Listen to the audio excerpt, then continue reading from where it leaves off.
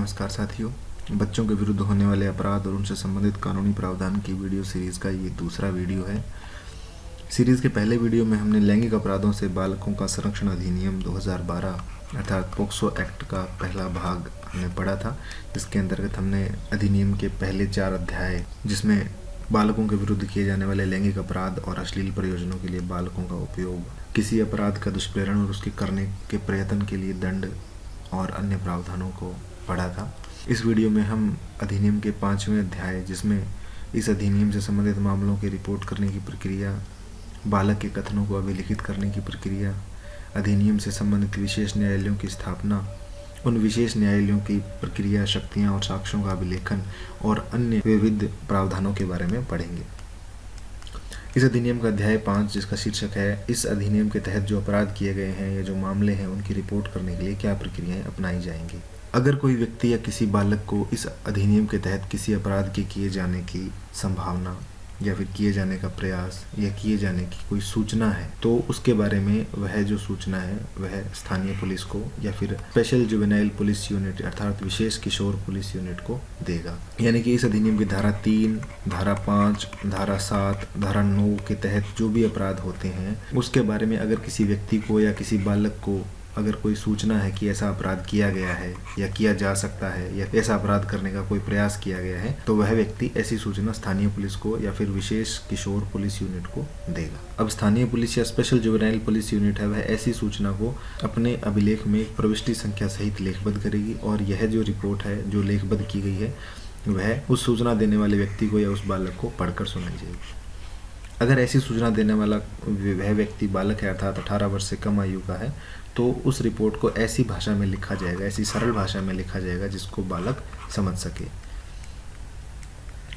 अगर मान लीजिए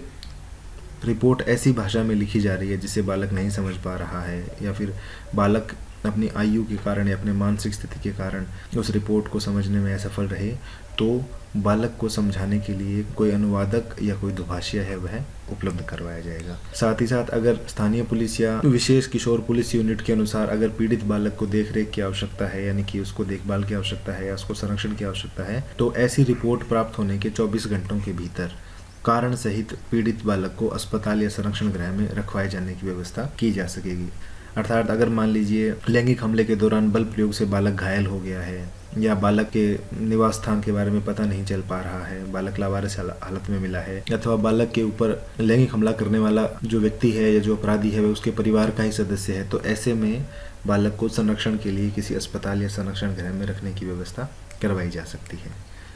साथ ही साथ स्थानीय पुलिस या फिर स्पेशल जुवेनाइल पुलिस यूनिट की है जिम्मेदारी होगी कि वह ऐसी रिपोर्ट प्राप्त होने के 24 घंटे के भीतर इस रिपोर्ट की जानकारी है वह उस जिले की बाल कल्याण समिति या फिर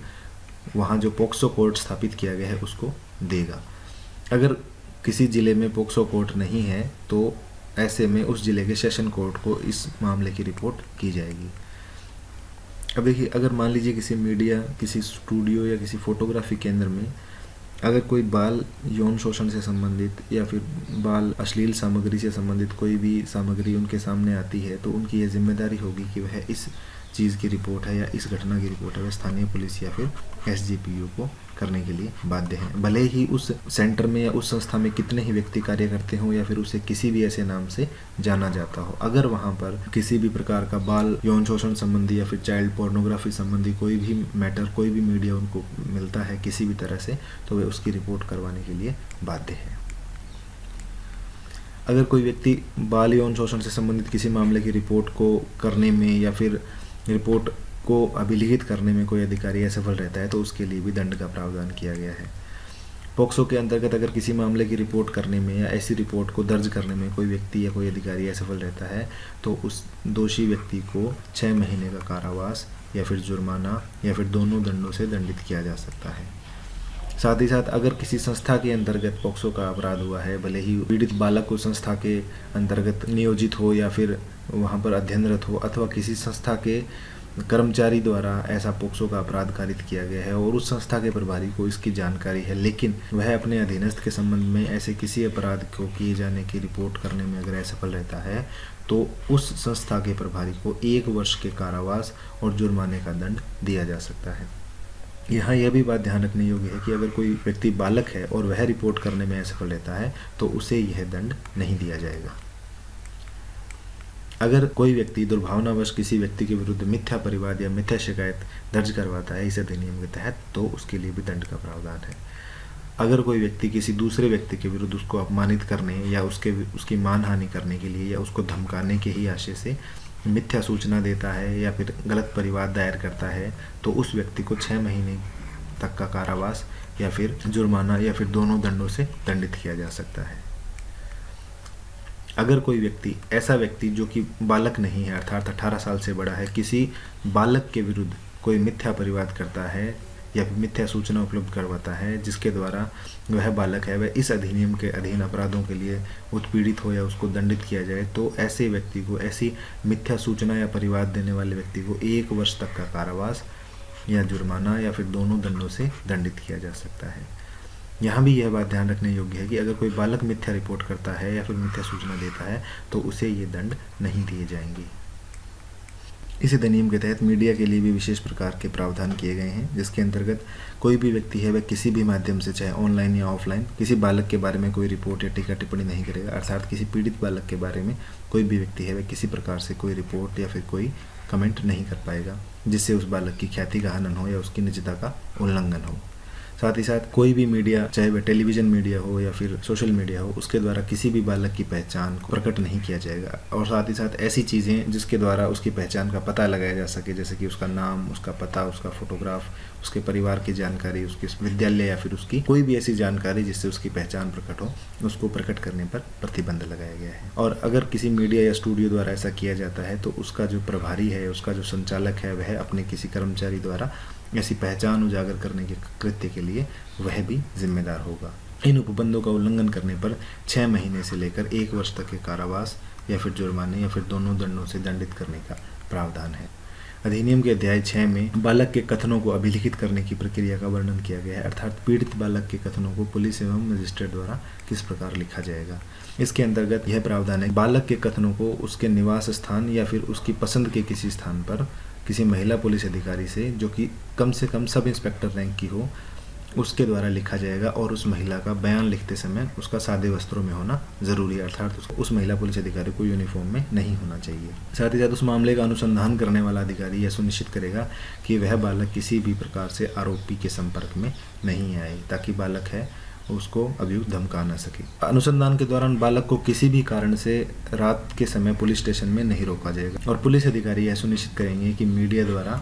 बालक की पहचान उजागर न हो जाए। अगर पहचान उजागर होती है तो इसमें पुलिस है वो उचित कार्रवाई करेगी। अगर सीआरपीसी की धारा 164 के अनुसार बालक के कथन है वह मजिस्ट्रेट द्वारा लिए जा रहे हों तो मजिस्ट्रेट बालक के बोले अनुसार कथन को लिखेगा और इस दौरान जो अभियुक्त है उसके वकील को उपस्थित रहने का अधिकार नहीं होगा। मामले के अनुसंधान के उपरांत अगर पुलिस है वह एक अंतिम रिपोर्ट या चार्जशीट प्रस्तुत करती है तो उस चार्जशीट की एक कॉपी है वह बालक के माता पिता को या उसके प्रतिनिधि को मजिस्ट्रेट द्वारा प्रदान की जाएगी।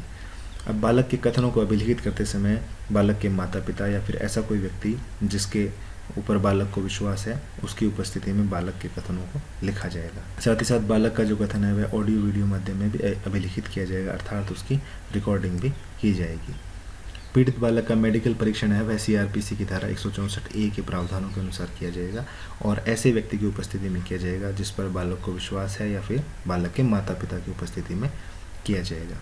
अगर पीड़ित कोई बालिका है तो उसका मेडिकल परीक्षण किसी महिला चिकित्सक द्वारा ही किया जाएगा। यदि बालक के माता पिता या फिर बालक का विश्वस्त व्यक्ति उपस्थित न हो सके तो जो मेडिकल परीक्षण करने वाला अस्पताल है उसके प्रभारी द्वारा किसी महिला की उपस्थिति में ही किया जाएगा। यानी वह जो मेडिकल परीक्षण अस्पताल है उसके प्रभारी द्वारा किसी एक महिला को निर्दिष्ट किया जाएगा कि यह महिला है वह बालक के मेडिकल के दौरान उपस्थित रहेगी और उस महिला की उपस्थिति में बालक का मेडिकल किया जाएगा। बयान लेने के दौरान ये बात ध्यान रखने योग्य है कि अगर बालक बयान की भाषा को समझने में असफल रहता है तो आवश्यक पड़ने पर किसी दुभाषीय या फिर किसी अनुवादक की सहायता ली जा सकती है।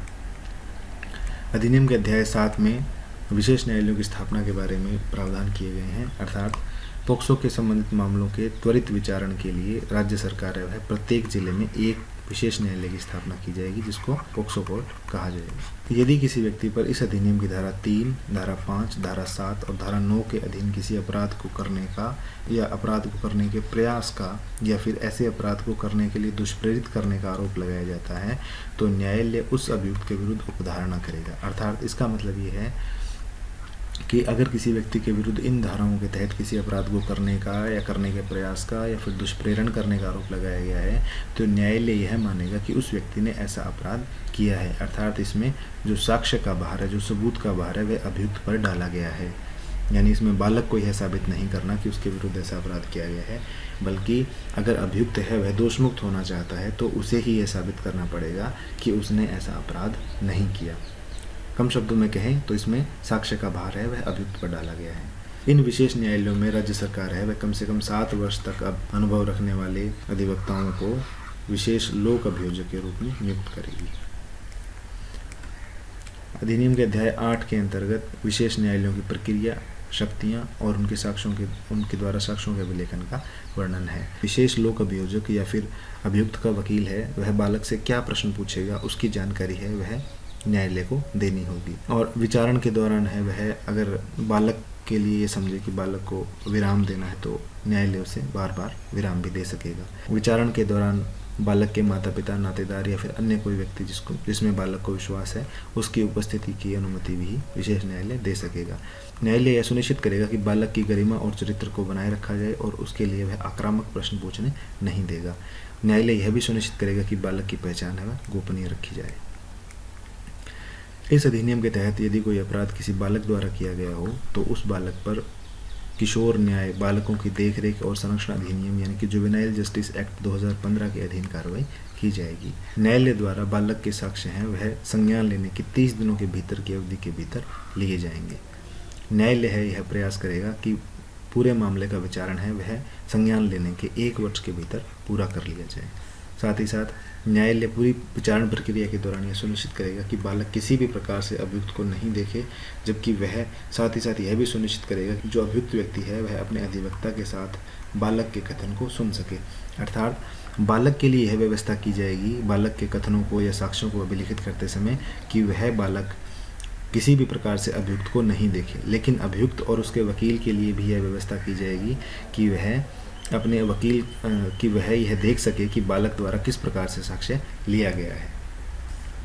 न्यायालय है वह मामले का विचारण बंद कमरे में करेगा और आवश्यक होने पर किसी दुभाषी या अनुवादक की सहायता ले सकेगा। अगर बालक है वह शारीरिक या मानसिक रूप से निःशक्त है तो ऐसी स्थिति में वह किसी विशेष शिक्षक की सहायता भी ले सकेगा। अधिनियम के अध्याय 9 में कुछ विविध प्रावधान किए गए हैं, जिसके अंतर्गत है कि अगर इस अधिनियम में वर्णित कोई अपराध किसी अन्य विधि में है तो अपराधी को वह दंड दिया जाएगा जो कि अधिक है। यानी कि अगर ऐसा अपराध जो इस अधिनियम में दिया गया है और किसी दंड संहिता में वर्णित है तो न्यायालय अपराधी को वह दंड देगा जो कि दोनों में से ज़्यादा है। साथ ही साथ यह अधिनियम है वह किसी दूसरे विधि के अल्पीकरण में नहीं है, यानी कि यह किसी दूसरी विधि को निरसित या फिर नलीफाई नहीं करता है। अगर दोनों अधिनियमों में कोई विसंगति आती है तो इस अधिनियम के जो उपबंध है यानी कि पोक्सो अधिनियम के उपबंध है वह प्रभावी होंगे। साथ ही साथ इसमें केंद्र और राज्य सरकार पर यह जिम्मेदारी डाली गई है कि वह इन अधिनियम के बारे में व्यापक जागरूकता का प्रचार प्रसार करे और इस अधिनियम के क्रियान्वयन में जो भी कोई बाधाएं आती हैं उनको दूर करने के लिए केंद्र सरकार है वह आवश्यक नियम बना सकेगी।